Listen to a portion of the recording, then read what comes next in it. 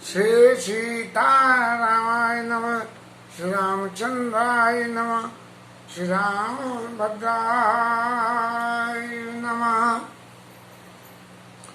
कल की कथा में कुछ विघ्न विक्षेप होने की वजह से रिकॉर्डिंग भी पूरी तरह से नहीं हो पाई और जहाँ तक है अपलोडिंग भी नहीं हो पाई। शायद कोई भूल हो गई, इसकी वजह से ठाकुर जी ने उसको नहीं होने दिया। जो भी है, कल की कथा का विश्राम जथा स्वंजन अंग द्रग साधक सिद्धि सुजान और कौतुक देखत शैलवन भूतल भूरि निधान। यहाँ से हुआ था जो पहला दोहा है रामचरितमानस का। अब अगले वंदना के चरण में नहीं गलत। कल का विश्राम सुने समझई जन मुदित मन और मज्जई अति अनुराग लही चार फल अछत तनु और साधु समाज प्रयाग। नहीं गलत है, अब भी गलत है। गुरु पैदल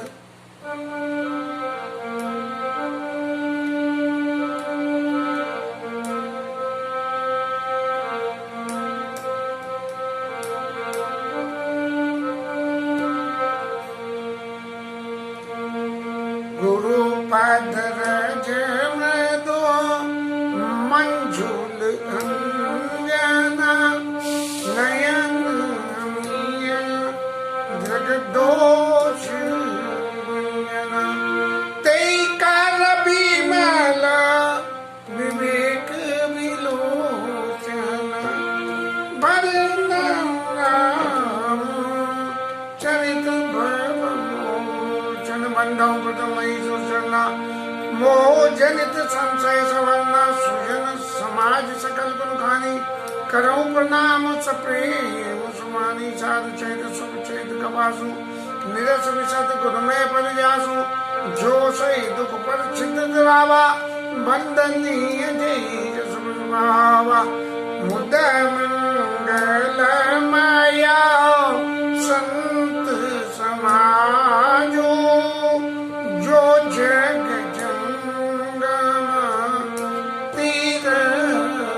राजू राम भगत जा सुर सरिदारा सरसई ब्रह्म विचार प्रचार विधि निषेध में कलिमल हरणी करम कथा रविनंदन हरे हरे कथा विराजत बेनी सुरत सकल मुद मंगल देनी बट विश्वास अचल निज धर्मा तीरथ राज प्रयाग सुकर्मा सब सुलभ सब दिन सब देशा श्रीमत सागर समान कलेसा कत लौकिका तीरथ राव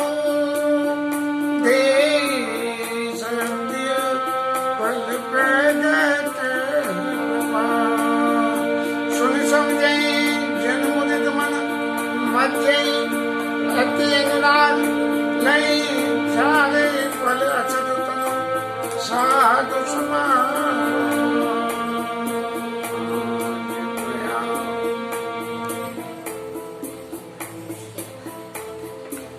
गुरुपद रज मृदु मंजुल अंजन।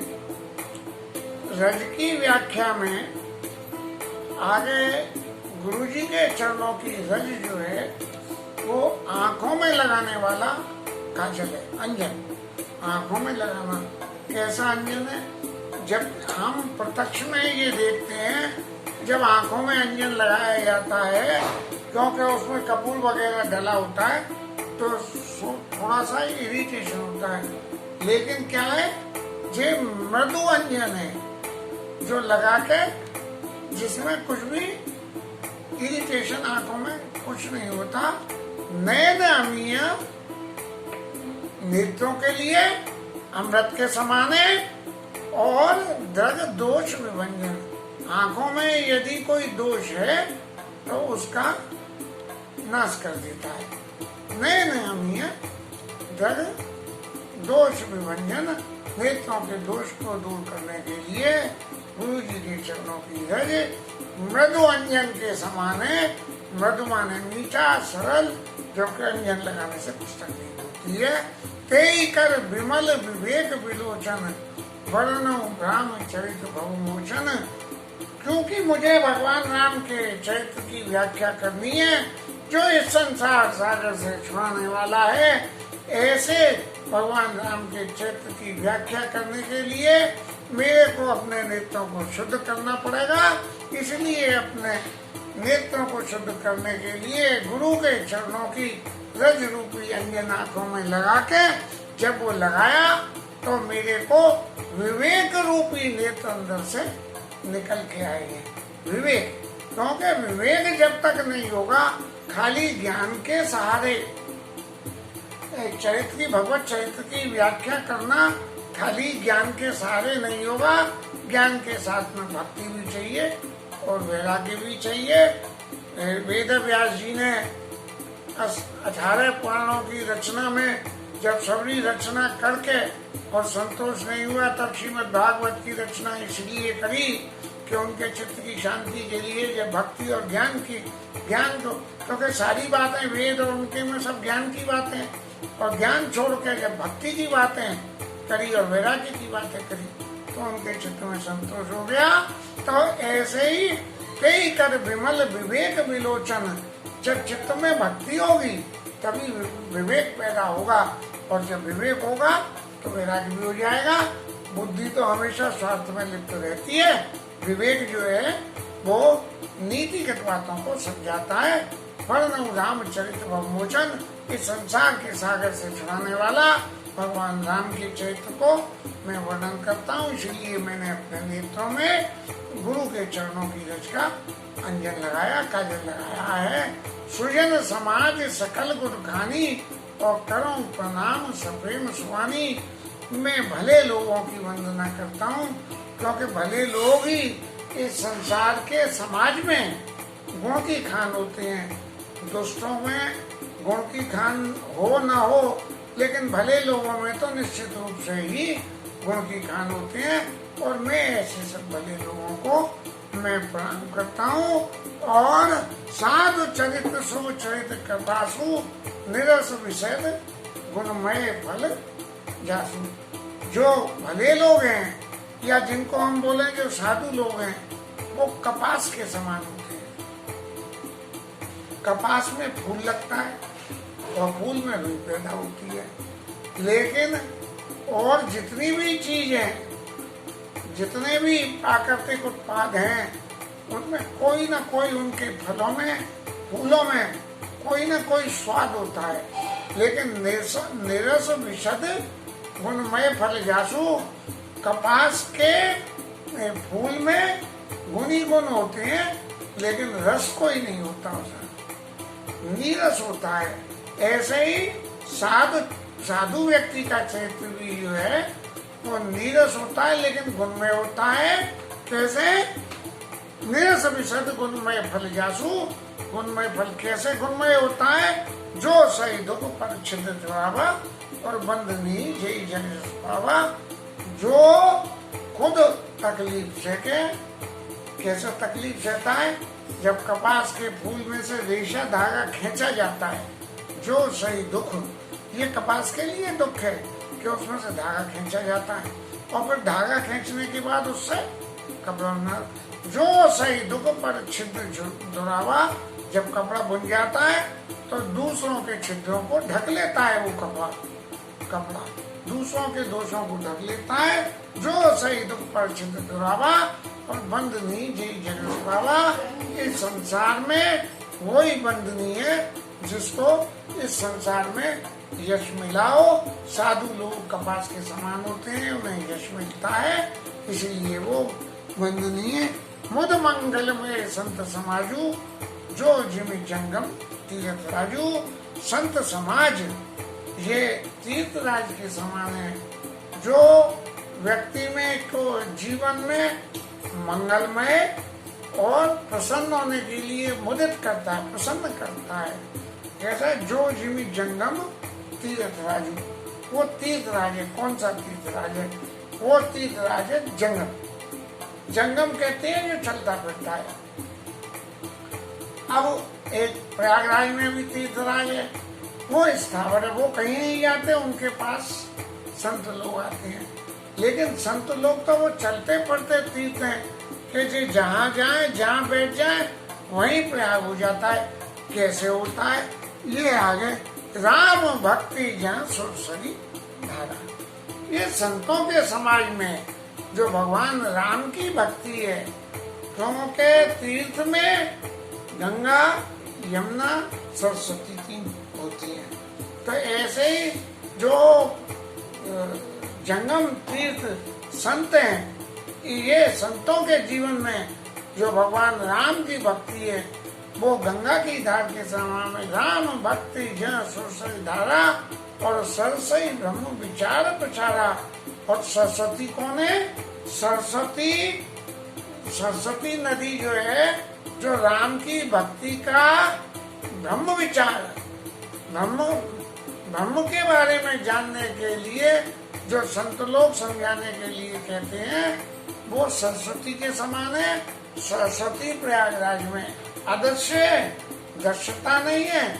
ऐसे ही संतों के समाज में जो सरसई ब्रह्म विचार विचारा, संतों का जो विचार है, वो संतों का जो विचार है, जब संतों के संगत करते हैं तब ब्रह्म विचार उठके आता है, प्रत्यक्ष में नहीं दिखता है। सरसई ब्रह्म विचार विचारा, सरस्वती नदी ब्रह्म विचार जो है, भगवान के विषय में विचार करना सरस्वती नदी के समान है। विधि निषेध मैं कलिमल हरनी, और कर्म कथा रविनंदन बरनी। विधि निषेध में, विधि ने जो निषेध कर रखा है, जिन कर्मों के लिए निषेध कर रखा है, जब ब्रह्म का विचार होता है तो ब्रह्म के विचार करने में निषेध और क्या बोलते हैं शब्द ध्यान नहीं आ रहा। ब्रह्म का विचार करने के लिए निषेध और जो करने योग्य है, इन बातों का जो विचार होता है, विधि निषेध मय कलिमल हरनी, और कर्म कथा रविनंदन बरनी। और हमें इस निषेध को छोड़ के क्या कर्म करने चाहिए? और सूर्य पुत्री यमुना के समान है। गंगा, यमुना और सरस्वती, ये तीन मिलने से प्रयाग बनता है। तो संत हमारे जो हैं, वो प्रत्यक्ष रूप से ही चलते फिरते संत हैं। ये जहाँ जाके बैठ जाए, ब्रह्म का विचार, संत गए तो गंगा आई, ब्रह्म विचार करा तो सरस्वती मिली। और जब उन्होंने ये विवेचना करी कि ब्रह्म विचार में भगवान की भक्ति के लिए क्या करना, क्या नहीं करना, तब ये जो है यमुना के समान है। और बद विश्वास अचल निज धर्मा, और तीर्थ राज प्रयाग सुकर्मा। तीर्थ राज प्रयाग में एक अक्षय वट है जो कभी क्षय नहीं होता। बद विश्वास अचल निज धर्मा, ये संत समाज में जो उनका बट का वृक्ष है, जो तीर्थ में जो उन लोगों का, संतों का विश्वास है, क्या विश्वास है कि अचल निज धर्मा, जो उनका धर्म है, उस धर्म को ही अपने विश्वास, इस विश्वास में कि यही हमारा धर्म सही है, इसको मान के जो विश्वास को संत समाज इसको कि हमारा धर्म ही श्रेष्ठ है, ये मान के पालते हैं। ये वट वृक्ष के समान है, क्योंकि सही माने लगातार रुके रहना। और वट क्या है? वट के पेड़ की उम्र थोड़ी नहीं होती है, बहुत सैकड़ों साल की होती है। आज भी जो अक्षय वट है उसकी उम्र सैकड़ों साल की है, पता नहीं कितने साल की है, ये तो मैं नहीं जानता। लेकिन जो उम्र है तो ऐसे ही जो राम भक्ति का जो विश्वास है वो जो है वट वृक्ष के समान है। वट विश्वास अचल नहीं धर्मा। और तीर्थ राज प्रयाग सुकर्मा, तीर्थ राज में करे हुए सुकर्म अपने धर्म के हिसाब से करे हुए सुकर्म ही तीर्थराज को तीर्थराज बना देते हैं। सबई सुलभ सब दिन सब देता। और ऐसा तीर्थराज क्या है कि तीर्थराज में जाने के लिए तो बहुत प्रयास करना पड़ेगा, लेकिन जो भी संतों के पास आ जाएगा सबई सुलभ सब दिन सब देशा, हर देश में हर दिशा में हर स्थान पे संत रूपी प्रयाग उपलब्ध रहता है। और सेवत सादर समन कलेसा, इस संत रूपी प्रयागराज का जो सेवन करेगा उसके सेवन से उसको सब प्रकार के क्लेशों का निस्तारण हो जाएगा। सब प्रकार के सेवत सादर समन कलेसा, सब प्रकार के क्लेशों दैहिक दैविक और भौतिक तीनों तरह का यदि कोई चित्त में क्लेश रहता है तो उन सबको भगवत विषयक दैविक विषयक अज्ञानता को मिटाएगा, दैहिक विषयक रोगों को मिटाएगा और भौतिक विषयक दुखों को दैहिक दैविक भौतिक तापा इन तीनों प्रकार की तापों को मिटा देता है। और अकथ अलौकिक तीरथ राहु और देहि सद्य फल प्रगट प्रभाहु, ऐसा अलौकिक है ये संत रूपी तीर्थ। संत रूपी तीर्थ अलौकिक है। अलौकिक माने इसका जैसा कोई भी दूसरा नहीं है। तीर्थराज प्रयाग में जाने के लिए प्रयत्न करना रहता है। संत रूपी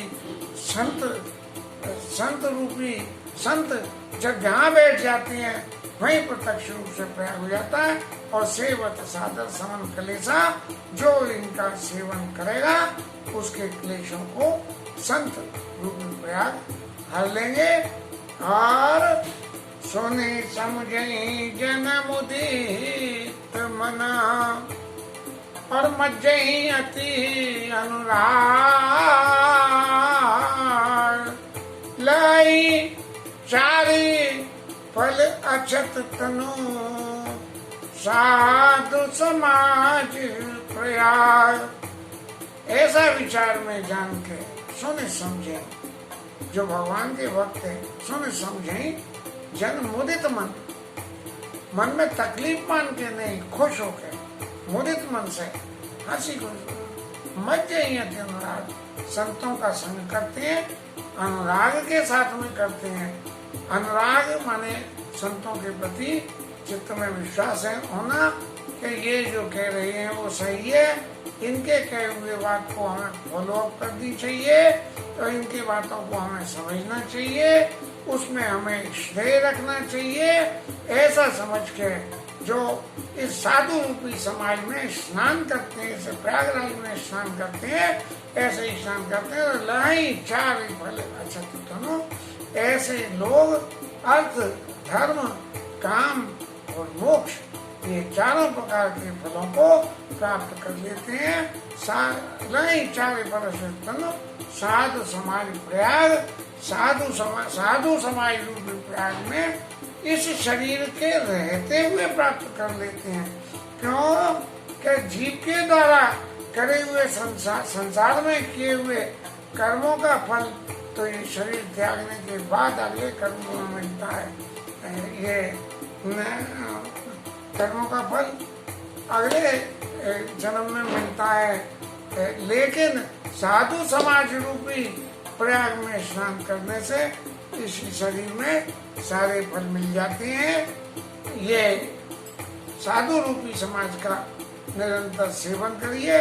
साधु व्यक्ति जहाँ कहीं भी मिले उनके संग में अनुराग के साथ में मिलिए।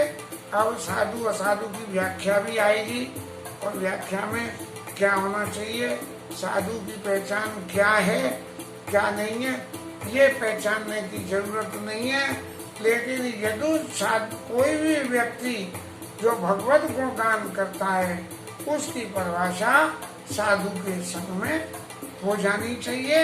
क्योंकि जो भगवत गुणगान करेगा, यदि आज साधु नहीं भी हो असाधु हो, लेकिन तो भी कुछ दिन बाद भगवत चरित्रों का गुणगान करते करते वो खुद में ही साधु बन जाएगा और अपने दुर्गुणों को छोड़ देगा।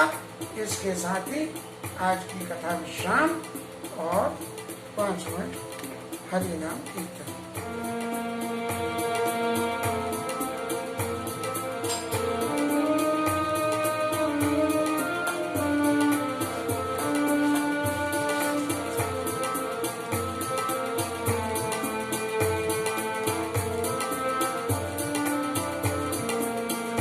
Hare Krishna